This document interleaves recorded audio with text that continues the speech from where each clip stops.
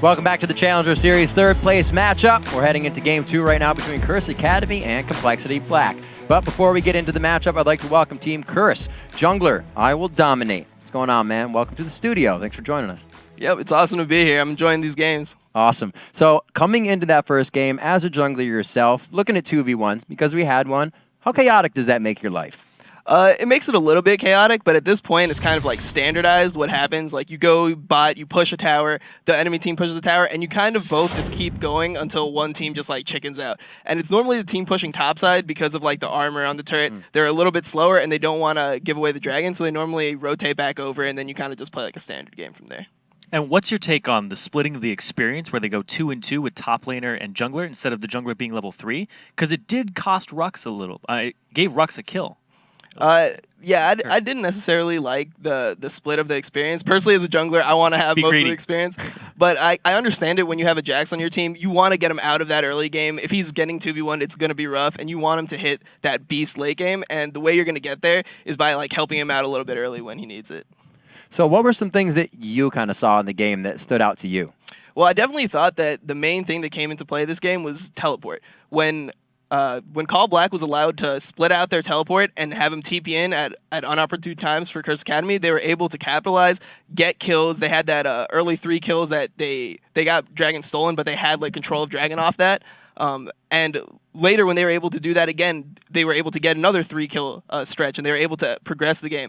But the one time where they had the TP up and they sent 4 people mid and Jax bot, that's when they lost the game right there, because they needed to have their people on Baron. They needed to be able to vision control that area and force Curse Academy to make a bad decision. They need to either have to chase the Jax around, which is extremely difficult once he's got a blue buff. He has his leap strike every couple seconds. He's got a Blade of the Ruined King. He's so hard to kill.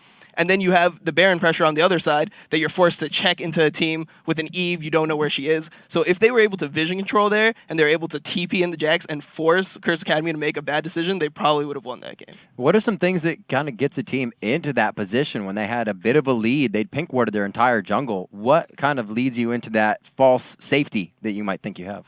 It's just kind of the emotion coming into it. You know that this game means a lot. You know that you need to win this game to be able to make it into the LCS. And instead of like thinking globally what's the best move, you just kind of want to fight. You're like, oh, we want to dive this mid. And in reality, you don't want the game to come down to a 5 versus 5 turret dive on mid lane when you're winning the game. You want the other team to come into Baron, face check one at a time. You get picks after picks, and suddenly you have Baron, and then you're splitting again. And then what does the enemy team do? You want to be able to dictate the pace of the game, and they weren't necessarily able to do that. It kind of ended up as a 5v5 standoff game, which wasn't ideal if you have the advantage.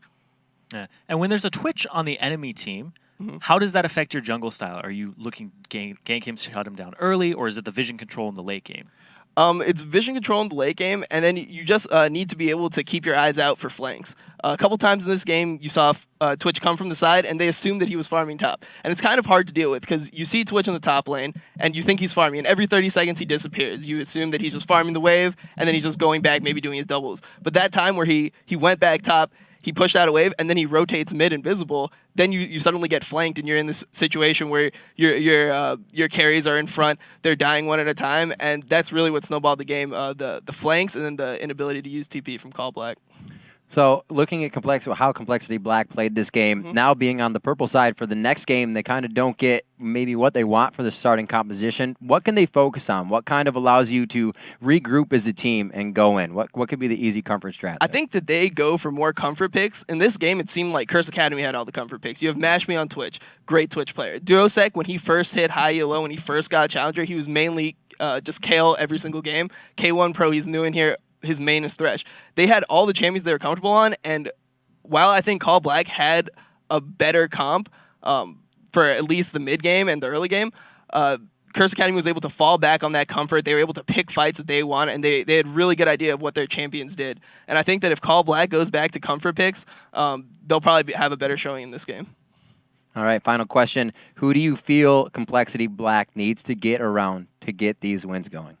I think they definitely need to make sure that Prolly gets going. If Prolly gets big, he's able to carry those team fights late game. He can land the big shockwaves. If Prolly's like in the game and he's a big factor, I think that they'll have a good chance of winning. All right, Dominate, thank you very much. We'll be sure to touch back with you after every game today, and we are about to head